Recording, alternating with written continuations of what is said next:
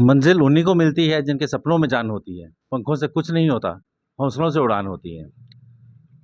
आज हमारे साथ women of the year Shivani Kaul ji हैं। शिवानी कोल जी वो शख्स हैं जिन्होंने काफ़ी सारे अवार्ड्स जीते हैं मॉडलिंग के क्षेत्र में। आइए बात करते हैं उनसे, जानते हैं उनकी जर्नी के बारे में। नमस्कार मैडम। नमस्ते सर। पहले तो जगह मिरर न्यूज़ में आपका बहुत बहुत स्वागत है। Thank you so much.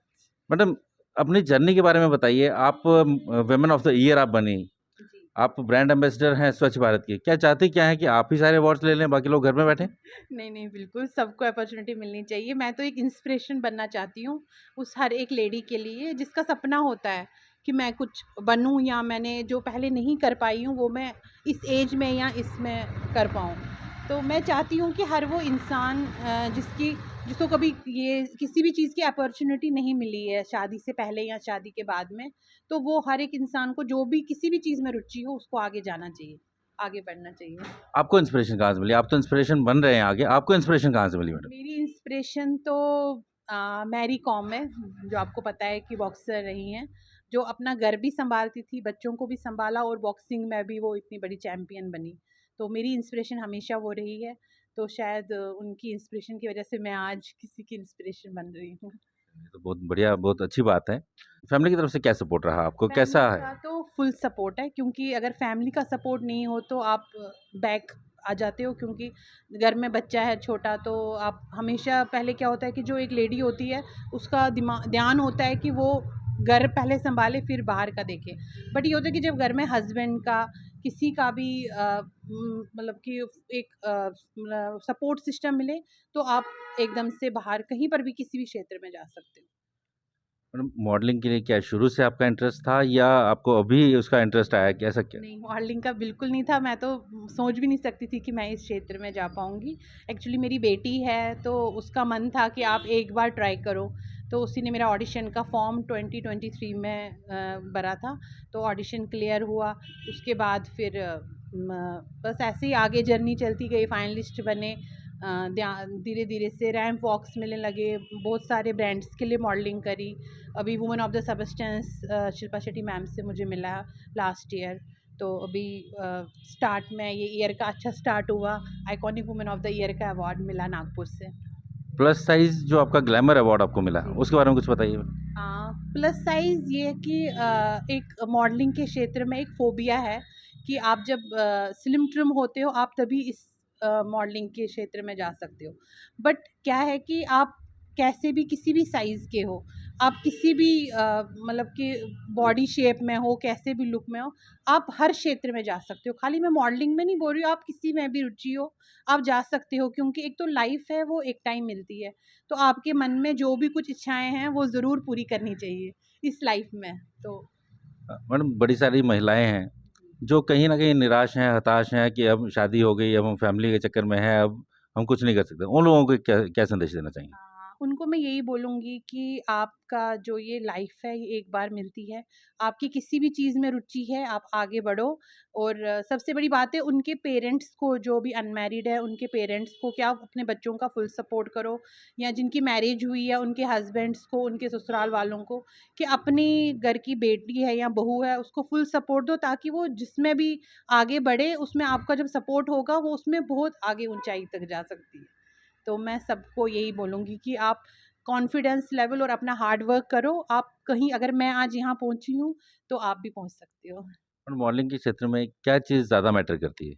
Modelling के क्षेत्र में सबसे ज़्यादा हार्ड वर्क है, बहुत ज़्यादा हार्ड वर्क है। कोई, हम ये नहीं बोल सकते कि हम गए तो बस पहुँच गए, ऐसा नहीं है। आपको रात को कितनी ज़्यादा दिनों तो नींदें ख़त्म हो जाती हैं, क्योंकि आपको रात-रात भर रैंप वॉक के लिए आपको प्रैक्टिस करनी पड़ती है। हमने हील्स बहुत कम यूज़ करते हैं, ख़ासकर जब हम हेल्दी होते हैं, हम बहुत कम यूज़ करते हैं। तो आपको 3-3 4-4 इंच हील पे आपको रात-रात भर वॉक करनी पड़ती है। ग्रूमिंग सेशंस होते हैं आपके। तो हार्ड वर्क बहुत ज़्यादा होती है इसमें। कहाँ-कहाँ आप गए हैं मॉडलिंग के लिए मैडम? मैं मॉडलिंग के लिए महाराष्ट्र के बहुत सारे स्टेट्स में गई हूँ, पूना गई हूँ, नागपुर गई हूँ, बॉम्बे गई हूँ। मैं अभी लास्ट ईयर चंडीगढ़ होके आई हूँ। दिल्ली में मैंने इंडियन कल्चरल वीक के शोज़ किए हैं। और अभी जम्मू में भी जहाँ-जहाँ पे मुझे बुलाते हैं तो मैं जाती हूँ। अभी हाल ही में नागपुर में एज़ अ सेलिब्रिटी गेस्ट गई हूँ। पूना में मैं एज ए चीफ गेस्ट गई थी अपरा मेहता मैम के साथ, मेरे को मौका मिला था उनके साथ बैठने का। तो बस अभी तब से इवेंट्स चल रहे हैं। मतलब अभी 2 साल में आप सेलिब्रिटी बन गई हैं। पहले की लाइफ में और आज की लाइफ में क्या फ़र्क लगता है आपको? बहुत ज़्यादा डिफरेंस है। पहले आपको लोग इतना नहीं पहचानते थे। आज आप कहीं पर भी बाहर भी जाओ तो मैम आप मॉडलिंग करते हो ना, आप टीवी पे आते हो, तो मतलब बहुत अच्छा लगता है, रेस्पेक्ट मिलती है, खुद को फील होता है कि एक मिडिल क्लास फैमिली से आके आप वहाँ से बोलते हैं ना वो हारिस से फ़ारिस से हारिस तक या हारिस से, वैसा खुद को महसूस होता है। मैडम ये आपने अपने सामने ये अवार्ड्स रखे हैं, कुछ इनके बारे में बताइए मैडम? जी। ये सर मुझे वो मैं ये एनआरएम है, नेटवर्क रेनबो मीडिया, ये मुझे constitutional club of India Delhi में हुआ था, तो मुझे वुमेन ऑफ द ईयर का अवार्ड मिला था last year, international women's day पर।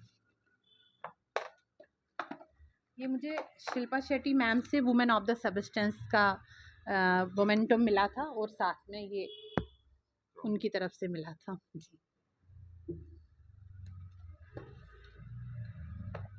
ये इंडियन कल्चरल वीक का मैंने शो किया था लास्ट ईयर, और मैंने शॉपर स्टॉप के लिए वहाँ पे मॉडलिंग करी थी, तो मुझे गेस्ट ऑफ ऑनर का मिला था। मैं J&K से सिर्फ मैं ही एज ए मॉडल गई थी वहाँ पे।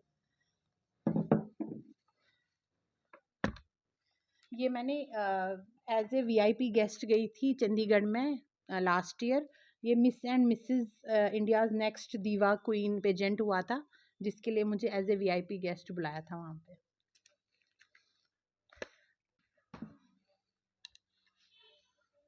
ये भी मिस एंड मिसेस दीवा का जो मैंने चंडीगढ़ में किया था, ये उसके लिए मिला था मुझे। मैडम स्वच्छ भारत के लिए आप ब्रांड एम्बेसडर बनी हैं। आप कैसे इंश्योर करेंगे जम्मू में भी वो स्वच्छ भारत का जो अभियान केंद्र से चल रहा है, यहाँ उसके लिए काम हो?